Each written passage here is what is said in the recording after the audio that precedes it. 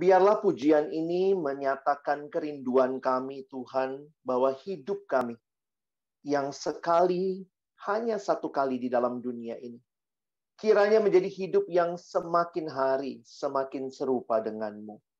Terima kasih karena Tuhan telah membawa kami sampai sejauh ini. Memasuki sebuah jenjang pendidikan tinggi yang Tuhan izinkan kami boleh masuki.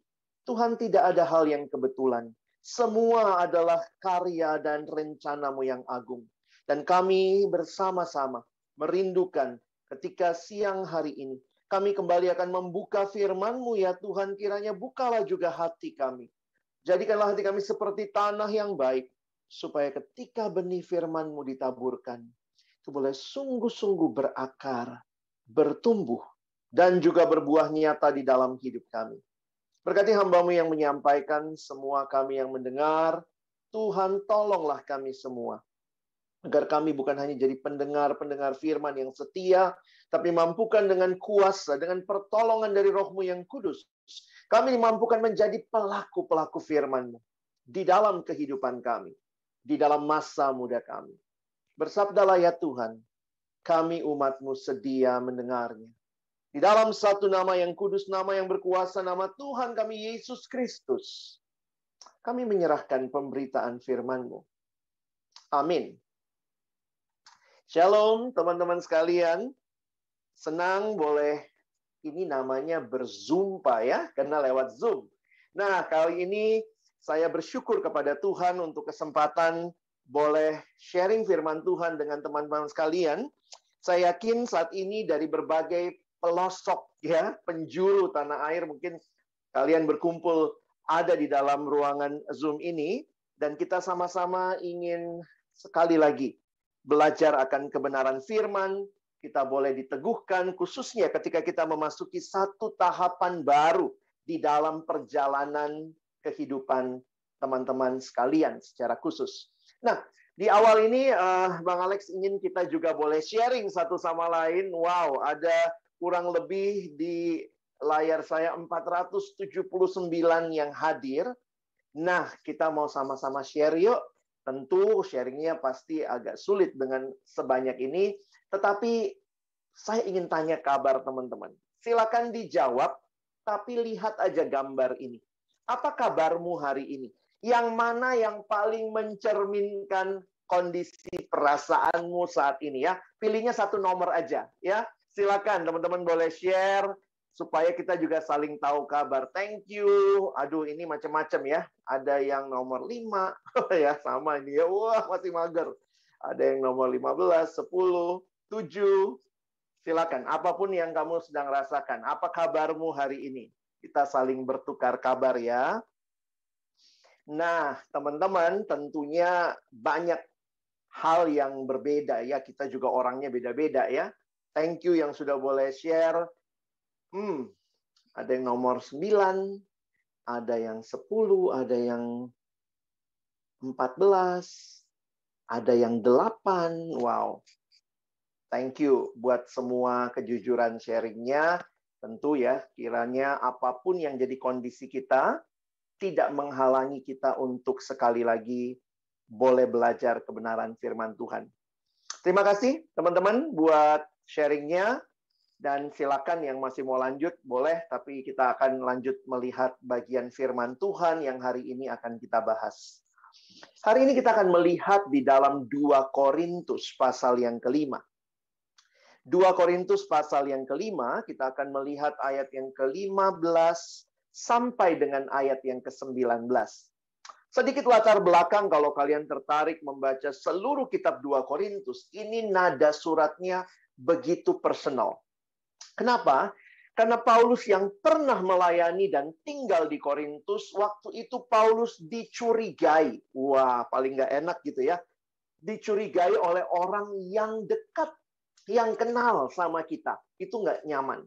Nah, waktu itu dalam situasi mereka menanyakan, atau mungkin mereka bertanya-tanya, apakah Paulus ini tulus nggak sih melayani kita? Nah, kemudian kita melihat bagaimana Paulus menjabarkan bagaimana sebenarnya dia menerima pelayanan dari Allah dan kemudian dia melayani jemaat dengan ketulusan. Sehingga kita menemukan ayat-ayat yang indah seperti dia berkata, "Kamulah surat pujian kami." Dan itu menjadi bagian yang menarik. Lalu di dalam ayat-ayat yang akan kita baca, Paulus juga menjelaskan bagaimana Tuhan memanggil dia. Tuhan mengubahkan dia. Dan akhirnya dia melayani Tuhan. Wow, ini seperti tema kita ya. Renewed image of God. Paulus mengerti betul apa yang Tuhan kerjakan. Dan kemudian dia meresponinya dengan tepat. Yuk kita lihat sama-sama ayatnya ya. 2 Korintus 5 ayat 15-19 kita akan membaca. Abang akan coba bacakan buat teman-teman sekalian. Dan Kristus telah mati untuk semua orang. Supaya mereka yang hidup tidak lagi hidup untuk dirinya sendiri, tetapi untuk Dia yang telah mati dan telah dibangkitkan untuk mereka. Sebab itu kami tidak lagi menilai seorang juga pun menurut ukuran manusia. Dan jika kami pernah menilai Kristus menurut ukuran manusia, sekarang kami tidak lagi menilainya demikian. Nah, ini ayat terkenal, ayat hafalan. Jadi siapa yang ada di dalam Kristus, ia adalah ciptaan baru. Yang lama sudah berlalu, sesungguhnya yang baru sudah datang. Dan semuanya ini dari Allah. Yang dengan perantaran Kristus telah mendamaikan kita dengan dirinya, dan yang telah mempercayakan pelayanan pendamaian itu kepada kami. Sebab Allah mendamaikan dunia dengan dirinya oleh Kristus, dengan tidak memperhitungkan pelanggaran mereka. Ia telah mempercayakan berita pendamaian itu kepada kami. Sedemikian jauh pembacaan firman Tuhan. Berbahagialah kita yang bukan hanya membacanya, tetapi merenungkannya, menghidupinya, dan bahkan membagikannya. Teman-teman yang dikasihi dalam Tuhan Yesus Kristus, Paulus melihat hidupnya di dalam dua bagian besar. Ada hidup yang dia sadari. Ketika Kristus hadir dalam hidupnya, maka itu membawa kehidupannya seperti terbelah dua. Sebelum dia kenal Kristus, itu hidup yang lama, old life. Dan kemudian setelah dia mengenal Kristus, itulah new life yang dia sampaikan. Karena itu Paulus tadi menuliskan siapa yang ada di dalam Kristus. Bukan hanya pengalaman Paulus, tetapi siapapun yang ada di dalam Kristus. Maka dia adalah ciptaan baru. Yang lama sudah berlalu. Sesungguhnya yang baru sudah datang. Wow. Kadang-kadang saya melihat sejarah, menarik ya. Sejarah ini dituliskan dengan sebelum Kristus, before Christ, dan AD. AD itu Anno Domini, bahasa Latin. Anno atau tahun menjadi annual, lalu Domini adalah Tuhan atau Tuan. Jadi Anno Domini adalah tahun Tuhan kita, the year of our Lord. Bagaimana mungkin ada seorang pribadi yang kehadirannya membelah sejarah dunia menjadi dua, sebelum dan sesudah. Tetapi bukan hanya itu. Ini juga adalah pengalaman setiap orang yang membuka hatinya menerima Yesus. Sekarang aku ciptaan yang baru. Itu yang Paulus sampaikan. Ayo kita lihat sama-sama ya. Hari ini Bang Alex ingin kita fokus melihat satu ayat dan kita akan coba mempelajari bagian ini. Saya ajak kita fokus ke ayat 15-nya ya. Dan Kristus telah mati untuk semua orang. Supaya mereka yang hidup tidak lagi hidup untuk dirinya sendiri, tetapi untuk Dia yang telah mati dan untuk mereka. Kenapa saya memilih ayat ini? Karena di dalam ayat yang singkat ini, kita mendapat gambaran yang amat jelas mengalami Injil kasih karunia.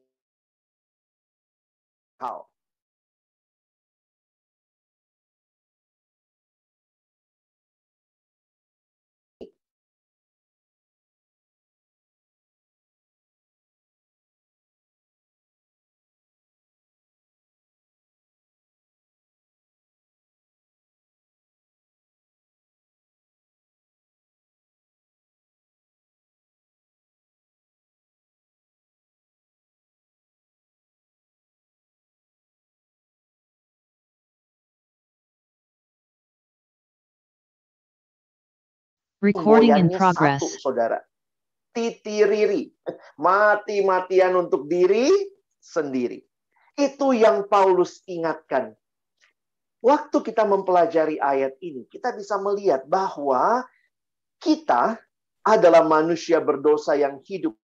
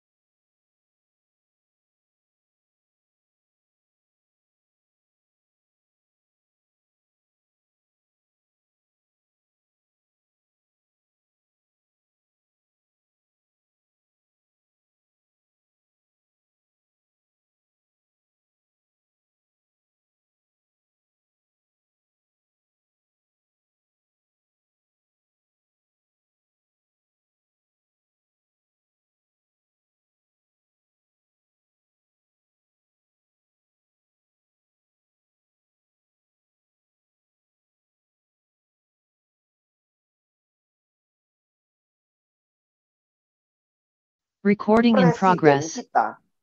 Di sekolahmu ada berapa presiden? Karena setiap kelas punya satu, begitu. Nah, makanya katakan itu bukan presiden kita, itu cuma fotonya. Itu cuma gambarnya.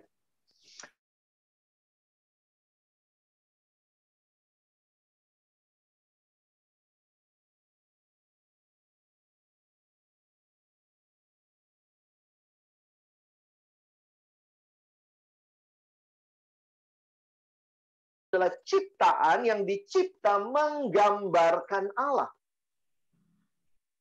Harusnya waktu orang lihat hidup manusia, langsung ingatnya Allah. Ada nggak yang sudah begitu? Teman-teman begitu lihat hidupmu, ih kamu Allah banget sih, gitu ya. Wih Allah banget. Nah kalau begitu, wah itu tuh. Itu yang Tuhan harapkan ketika dia menciptakan manusia. Manusia menggambarkan Allah. Karakternya seperti Allah. Sifat-sifatnya, hidupnya seperti Allah. Sama kalau orang ditanya gitu ya, ada ditanya, pacarmu yang mana? Langsung dia buka dompet, terus dia tunjukin, ini pacarku. Gila ya, tipis amat pacarmu ya. Itu bukan pacarmu, itu cuma gambarnya. Tetapi gambar mewakili aslinya. Manusia ciptaan Allah. Manusia dicipta menggambarkan Allah. Seharusnya melalui hidup manusia, Allah dinyatakan. Kalau demikian, harusnya juga kalau manusia ciptaan Allah, maka harusnya manusia menemukan kepuasan sejatinya di dalam penciptanya. Karena Allah mencipta, maka kepuasan sejati harusnya dari Allah. Makanya kemudian kalau kita perhatikan, terjadilah yang kita sebut dengan dosa. Ini tragedi yang terbesar sepanjang zaman.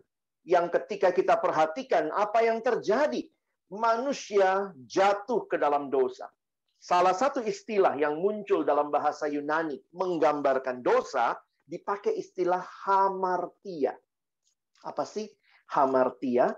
Hamartia itu artinya secara sederhana missing the mark. Harusnya, ini kalau orang memanah, yang dipanah harusnya kena ke bidang panah yang paling tengah. Itu baru namanya tepat. Tetapi ini boro-boro kena bidang panah, meleset dari sasaran. Itulah dosa. Manusia diciptakan harusnya menggambarkan Allah. Manusia diciptakan harusnya menemukan kepuasan di dalam Allah. Tetapi di dalam dosa, manusia fokusnya bukan sama Tuhan, malah fokus sama diri sendiri. Bukannya mengisi hidupnya dengan pengenalan akan Tuhan, jadinya mengikuti apa yang dia kehendaki. Harusnya manusia mengasihi sesama.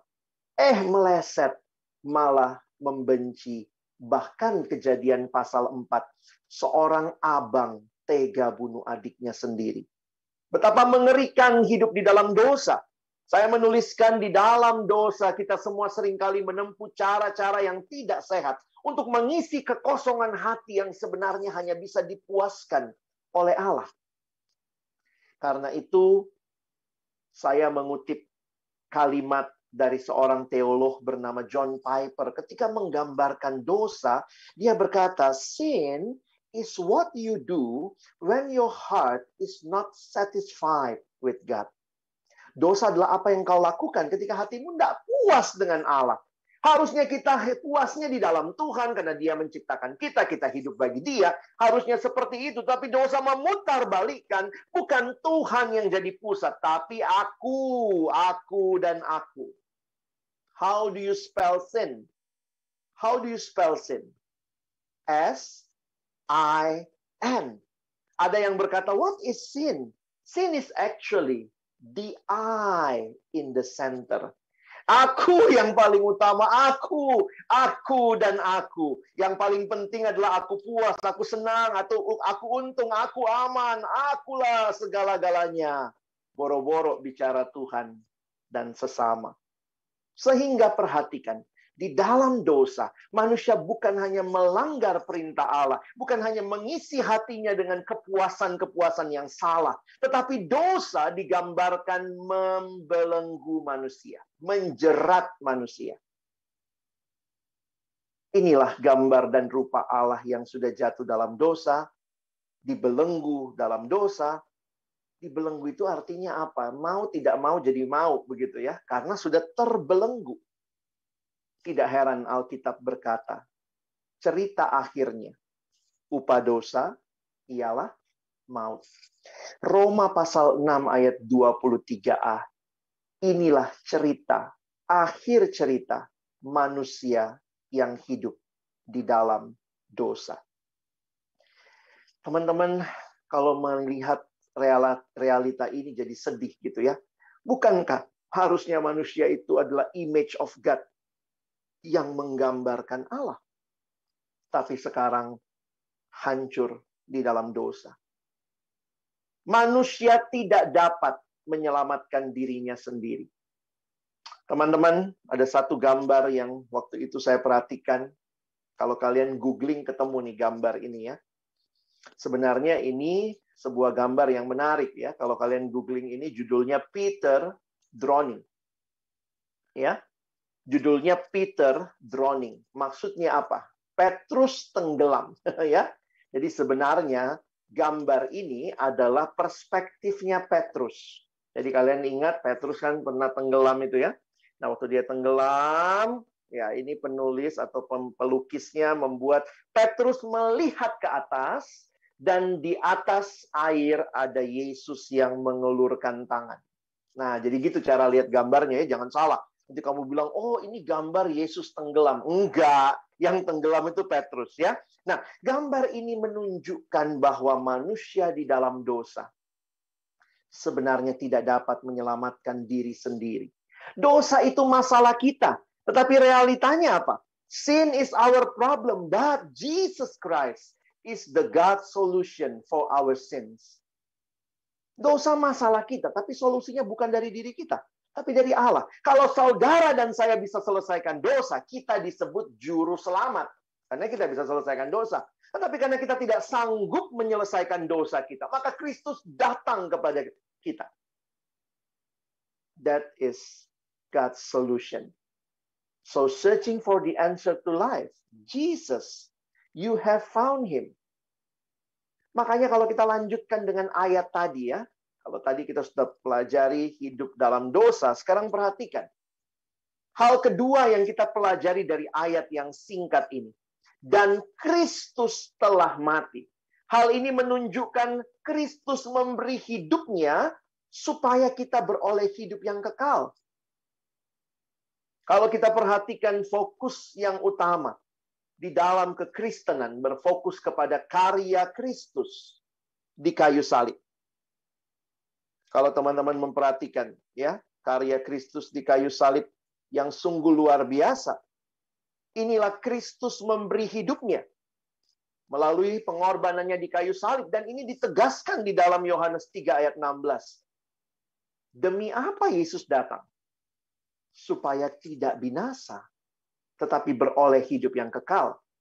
Dan teman-teman perhatikan, Yesus sendiri berkata di dalam Yohanes 10 ayat 10.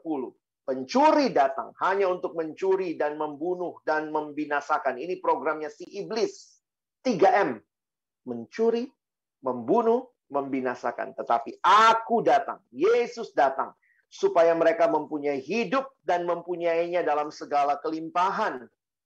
Dan Yesuslah satu-satunya jalan keselamatan. Dan bagaimana Yesus memberikan hidup yang kekal itu kepada kita? Dia melalui sebuah perjalanan yang tidak mudah. Jalan salib yang penuh dengan penderitaan. Yesus alami, Yesus lalui demi mengasihi, memberikan keselamatan itu kepada kita.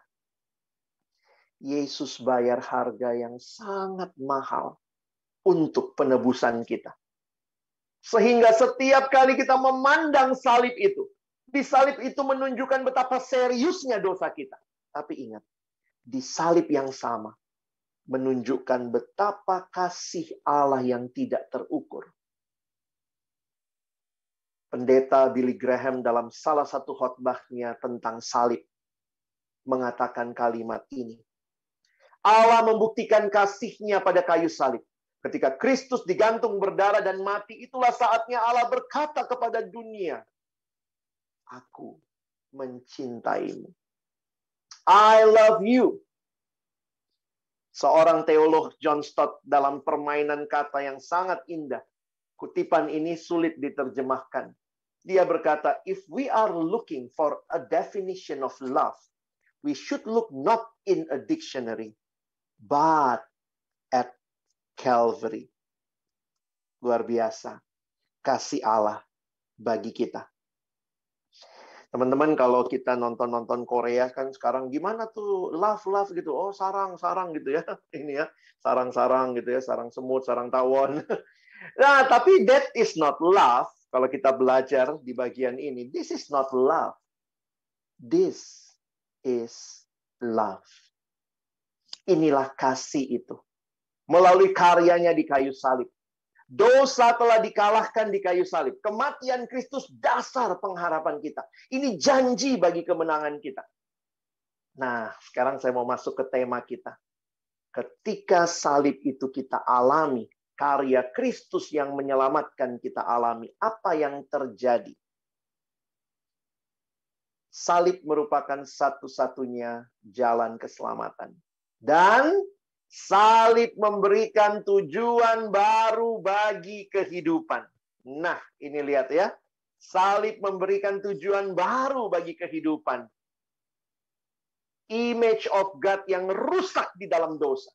Ketika mengalami karya penebusan Kristus, engkau dan saya dibaharui. Renewed image of God. Kalau dulu tujuannya apa? Titiriri, mati-matian untuk diri sendiri. Sekarang, renewed image of God. Kembali ke tujuan awalnya. Apa itu? Coba lihat ayatnya ya, ini yang ketiga. Dan Kristus telah mati untuk semua orang, supaya mereka yang hidup tidak lagi titiriri, tidak lagi hidup di dalam dosa, tetapi hidup untuk Dia. Yang telah mati dan telah dibangkitkan untuk mereka. Ini hal yang ketiga. Kita hidup bagi Kristus yang telah memberikan hidupnya bagi kita. Masih ingat yang pertama? Hidup di dalam dosa. Yang kedua, Kristus memberi hidupnya. Yang ketiga, sekarang kita bisa hidup bagi Kristus. This is our new purpose as a renewed image of God. Teman-teman, kita bukan lagi hidup menikmati dosa, hidup di dalam dosa, hidup bagi diri sendiri, hidup mengikuti hawa nafsu apa yang saya mau. Tetapi kita bisa sekarang memiliki kerinduan yang ada di dalam hati kita untuk hidup bagi Kristus. Mengapa ini bisa terjadi? Bagaimana engkau dan saya bisa hidup bagi Kristus? Ingat, Kristus telah mati. Supaya kita tidak lagi hidup untuk diri sendiri. Tetapi sekarang kita hidup untuk Dia. Makanya ayat yang singkat ini, saya pikir dengan begitu gamblang menyatakan bagaimana hidup baru yang Paulus ceritakan. Paulus mengatakan siapa yang ada dalam Kristus, ia adalah ciptaan baru. Itu 2 Korintus 5 ayat 17. Tetapi Paulus jelaskan prosesnya di ayat yang ke-15. Kristus telah mati. Karena Dia mati, sekarang aku yang harusnya mati, sekarang aku yang hidup. Kenapa kita bisa hidup dalam hidup yang baru? Renewed image of God. Harusnya sekarang kan balik lagi ke tujuan awal ya. Waktu orang lihat hidup kita, orang mungkin akan ngomong gitu, ih, Yesus banget sih. Wah, itu udah makin nyata tuh. Yes, berarti apa yang aku hidupi makin nyata. Kehidupan Kristus di dalamku. Ingat baik-baik. Engkau dan saya yang mengalami karya penebusan Kristus. Aku telah dibayar lunas. Paulus menghayati ini. Dia berkata dalam hal yang praktis sekali. 1 Korintus 6 ayat 20.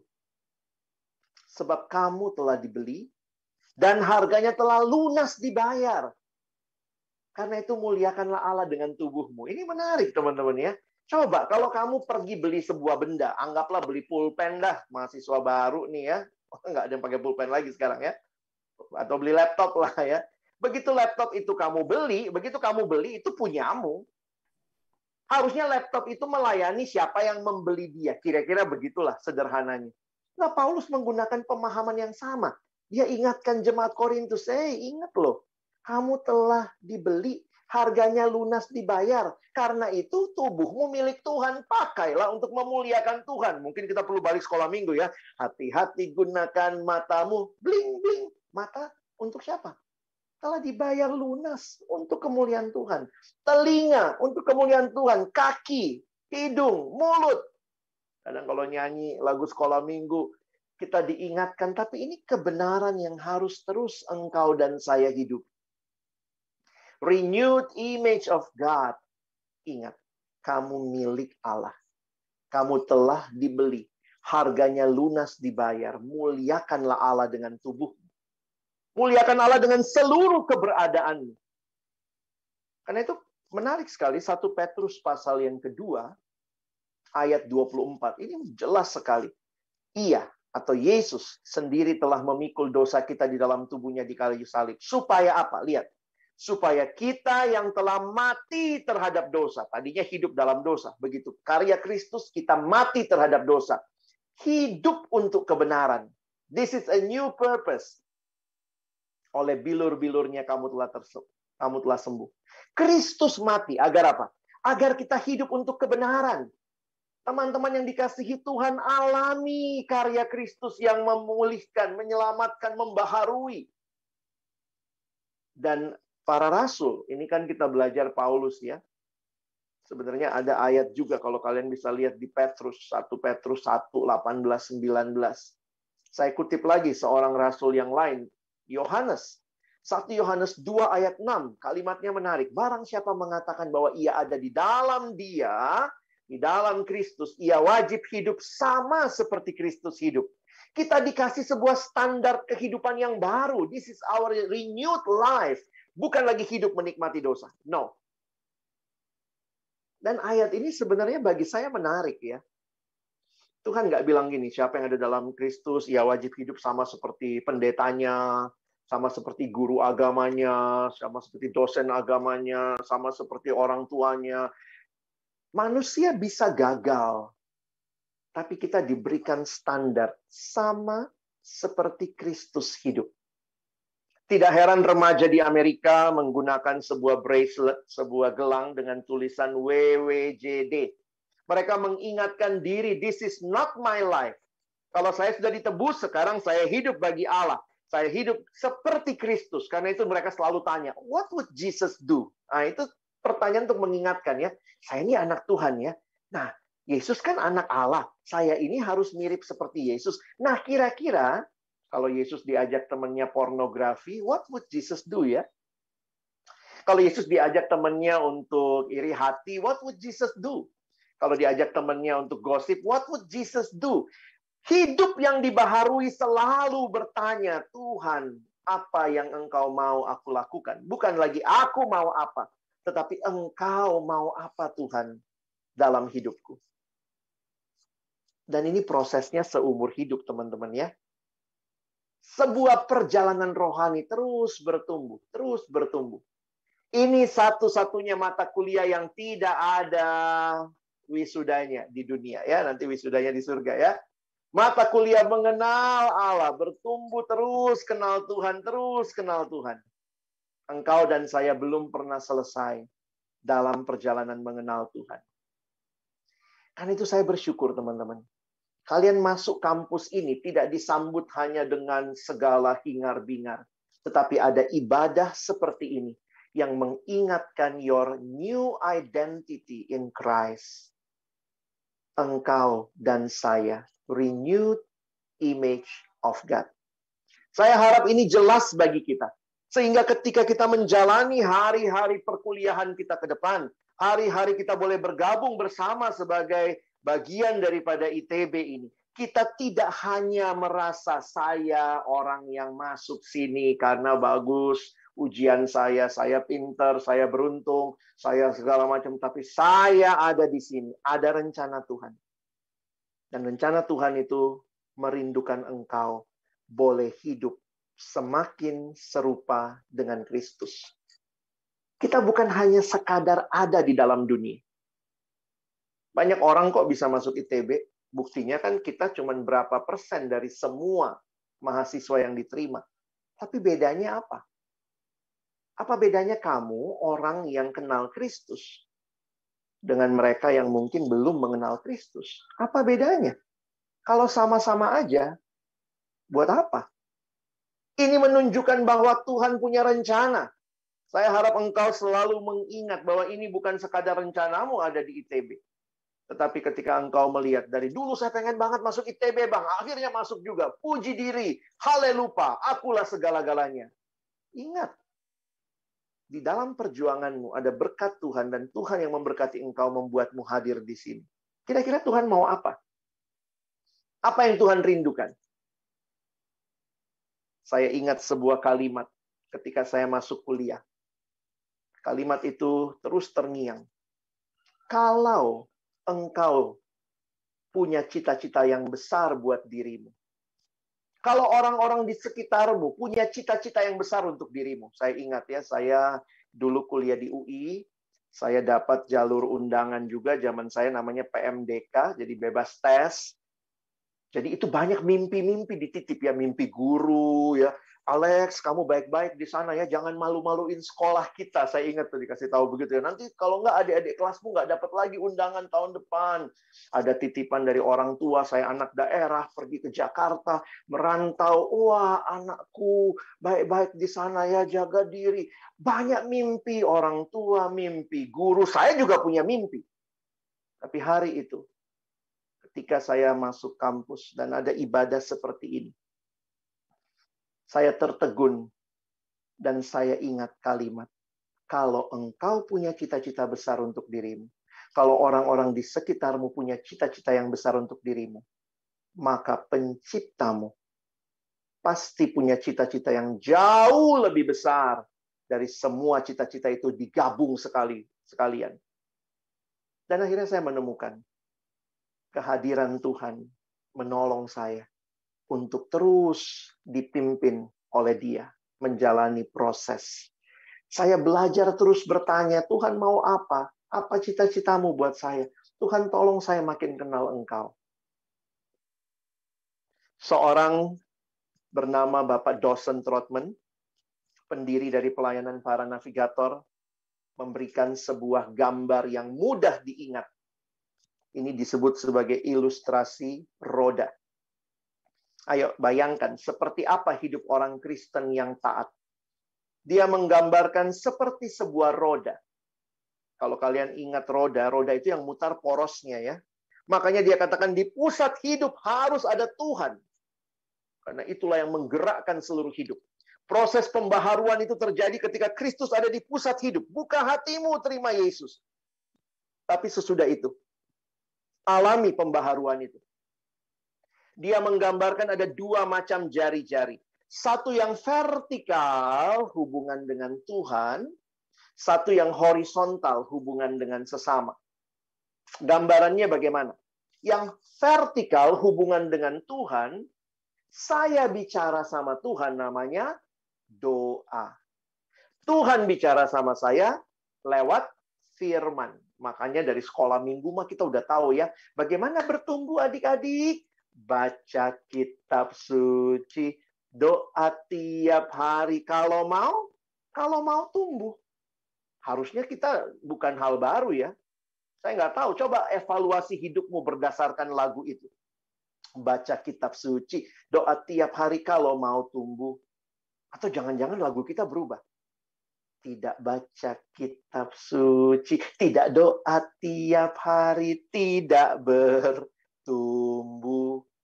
Kalau engkau dan saya mau tahu kehendak Tuhan, mau tahu apa yang jadi rencananya dalam hidupmu, pertanyaannya, apakah engkau sudah menikmati hidup di dalam Dia? Bukan sekadar hidup asal hidup, belajar asal belajar, tetapi benar-benar mengalami relasi dengan Tuhan. Inilah hidup yang dibaharui, yang kemudian kamu melalui relasi itu pun makin hari makin dibentuk. Tapi ternyata bukan cuma vertikal ya. Ada juga yang horizontal. Makanya yang horizontal, Bapak dosen Trotman membaginya dua hal. Dengan sesama orang percaya, kita harus rajin bersekutu. Makanya itu ke dalam ya, persekutuan. Bagaimana dengan mereka yang belum percaya? Kita hadir untuk bersaksi. Kita hadir untuk melayani. Karena itu, mari nikmati kesempatan bertumbuh yang Tuhan berikan juga. Ketika engkau ada di kampus ini, saya pikir tidak kebetulan. Di kampus ITB ada sebuah persekutuan mahasiswa Kristen, PMK. Ini bukan cuman, aduh, masa agama lain punya, kita nggak punya. Yuk bikin yuk, biar eksis. Enggak. Ini adalah kerinduan Allah untuk membangun hidupmu terus di dalam Dia. Nikmati persekutuan. Tetapi kemudian bukan berhenti bersekutu di antara kita. Jaga persekutuan baik-baik. Nikmati, bertumbuh di dalamnya. Nanti ada mungkin kelompok-kelompok bertumbuh, KTB, kelompok-kelompok bisa belajar firman bersama. Nikmati itu. Tapi juga ingat, Tuhan panggil kita untuk melayani. Bagaimana dengan mereka yang belum percaya? Bagaimana dengan orang-orang di sekitar kita? Maka ingat, Tuhan panggil engkau untuk juga melayani dan bersaksi. Di mana dasarnya? Lihat ini yang Paulus bilang. Masih di ayat yang kita baca tadi ya. Ayat 18. Dan semua ini dari Allah. Wah, Paulus sadar. Semua dari Allah. Yang dengan perantaran Kristus telah mendamaikan kita dengan dirinya. Asik, saya didamaikan dengan Allah. Dulu saya dalam dosa, saya mati. Sekarang saya hidup, saya berelasi dengan Tuhan. Tapi perhatikan, tidak berhenti sampai situ. Dan yang telah mempercayakan pelayanan pendamaian itu kepada kami. Jadi sekarang Paulus meyakini bahwa Tuhan panggil dia untuk melayani. Tuhan membawa berita yang dia nikmati. Menjadi berita yang juga boleh dialami oleh orang-orang di sekitarnya. Ayat 19. Sebab Allah mendamaikan dunia dengan dirinya oleh Kristus. Dengan tidak memperhitungkan pelanggaran mereka. Ia telah mempercayakan berita pendamaian itu kepada kami. Nanti kalian lihat lagi sedikit ada ayat di bawahnya. Waktu Paulus berkata, berilah dirimu didamaikan dengan Allah. Ada sebuah kerinduan untuk bersaksi melayani. Jadi teman-teman ingat ya.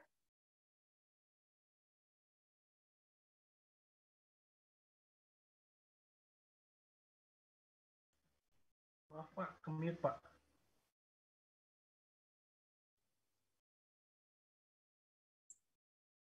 Maaf Pak, masih ke-mute.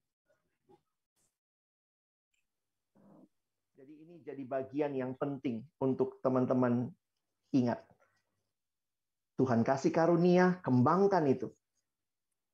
Supaya engkau bisa melayani Tuhan dan melayani sesama. Wah, ini paket lengkap ya. Kehidupan yang Tuhan baharui. Terus berelasi dengan Tuhan. Ingat yang vertikal. tapi kemudian juga berelasi dengan sesama. Dengan orang-orang percaya nikmati persekutuan. Dan bagi dunia ini yang belum mendengar tentang kasih Tuhan, hadirlah dan melayani. Kita bisa simpulkan ya, 3 hal. Renewed image of God. Pertama, dulu hidup dalam dosa. Itu tadi yang pertama. Yang kedua, Kristus memberi hidupnya. Dan yang ketiga, sekarang kita hidup bagi Kristus. Ada 3 kata hidup di situ. Hidup yang mengerikan di dalam dosa. Lalu hidup yang luar biasa yang dibawa oleh Kristus. Dan sekarang tanggung jawab kita untuk hidup bagi Kristus. Mari kita memberi respon kepada Tuhan. Bukan memberi respon kepada saya, kepada panitia. Tapi ketika Tuhan sudah menyatakan kepadamu, bagaimana responmu? Ini generasi GPS ya, posisi katanya sangat penting ya. Pastikan GPS-mu berfungsi. Di manakah engkau saat ini? Sedang hidup menikmati dosa? Itu berarti di dalam dosa? Atau kau berkata, Tuhan, saya rindu dipulihkan. Berarti saya mau hidup di dalam Kristus. Bagaimana mengalami ini? Ya, buka hatimu. Terima Yesus sebagai satu-satunya Tuhan dan Juru Selamat dalam hidupmu. Teman-teman, ada yang tanya sama saya, apa sih Kak Alex terima Yesus? Saya mah dari kecil Kristen. Sama, saya juga dari kecil Kristen ya. Saya dulu nggak ngerti apa sih terima Yesus. Tetapi kemudian saya sadar bahwa kekristenan sekadar KTP, ya papa saya Kristen, mama saya Kristen, masa saya agama lain ya. Saya Kristen juga dong. Tetapi saya belum pernah sungguh-sungguh mengenal siapa Yesus bagi hidup saya. Karena itu setelah saya berpikir dan saya lihat gitu ya, apa sih artinya terima Yesus? Ada 2 hal. Pertama, menerima Yesus berarti percaya sungguh-sungguh bahwa Yesus satu-satunya Tuhan dan Juru Selamat bagi hidupku.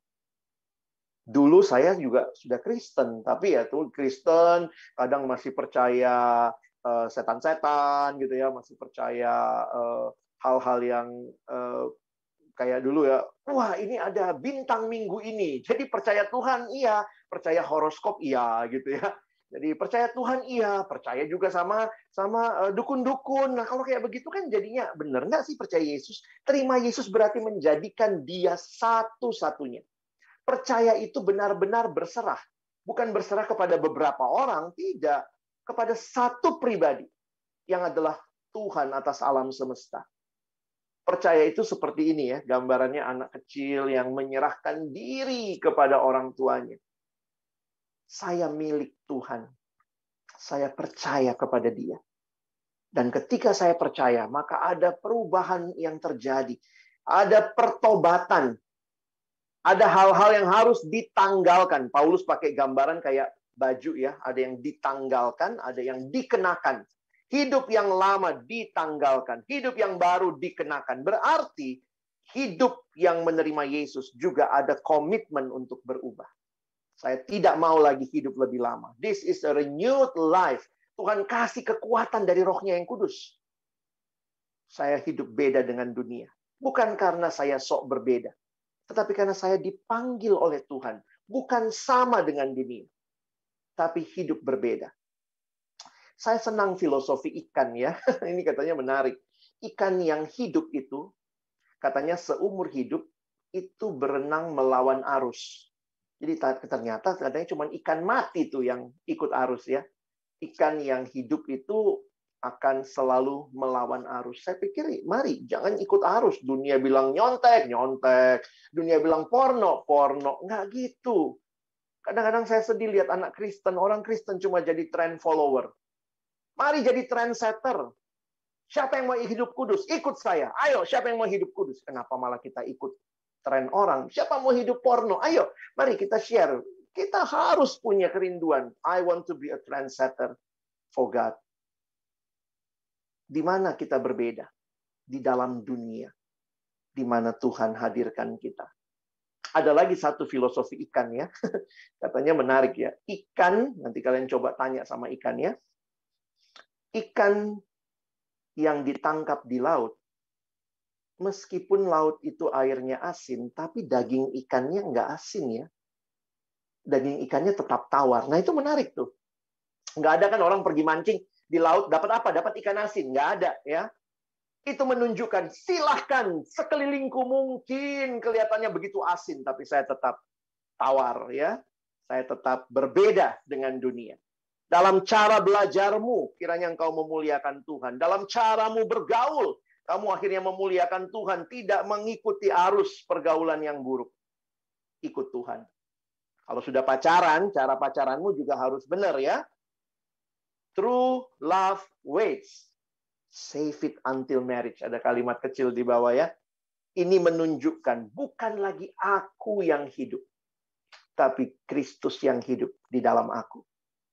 Masuki hari-hari perjalananmu ke depan. Menapaki perkuliahan di tempat yang sungguh jadi idaman banyak orang bisa masuk ke ITB. Tapi kalau engkau masuk, ini bukan cuma rencana. Ada rencana Tuhan. Ada kerinduan Allah supaya engkau hidup jadi saksinya.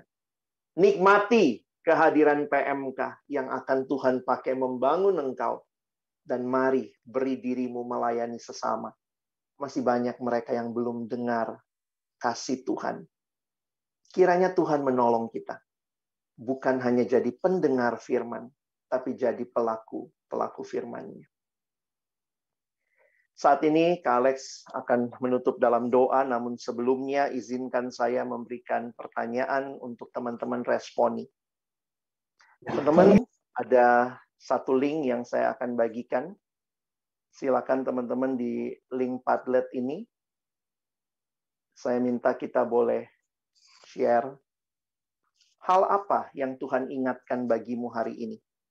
Setelah kau dengar firman Tuhan, mari ambil respon. Hal-hal apa yang Tuhan ingatkan bagimu hari ini? Tanpa nama, kalian silakan tulis di situ apa saja yang Tuhan ingatkan untuk engkau mungkin tinggalkan atau engkau bangun, atau Tuhan sentuh hatimu dengan bagian tertentu yang kau dengar. Saya rindu kita boleh akses link Padlet ini, dan nanti teman-teman kita bisa saling membaca respon kita. Di dalam anugerah Tuhan kita saling mendoakan. Saya minta 1-2 menit ini kita bisa share di link Padlet-nya.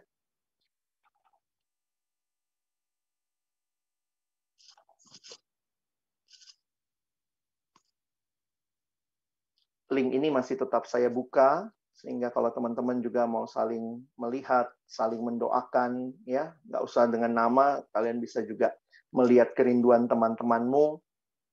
Ada tombol like di situ. Kalau kalian juga rasa, wah ini juga yang Tuhan ingatkan, cuma aku nggak sempat nulis tadi, ya, silakan like tulisan temanmu. Silakan teman-teman, cara berbagi ini bisa menguatkan kita. Ini jadi monumen, kita masuk melangkah di hari-hari ke depan di dalam pimpinan dan anugerah Tuhan bagi kita. Sambil teman-teman masih bisa menulis, saya akan tutup di dalam doa untuk sesi ini.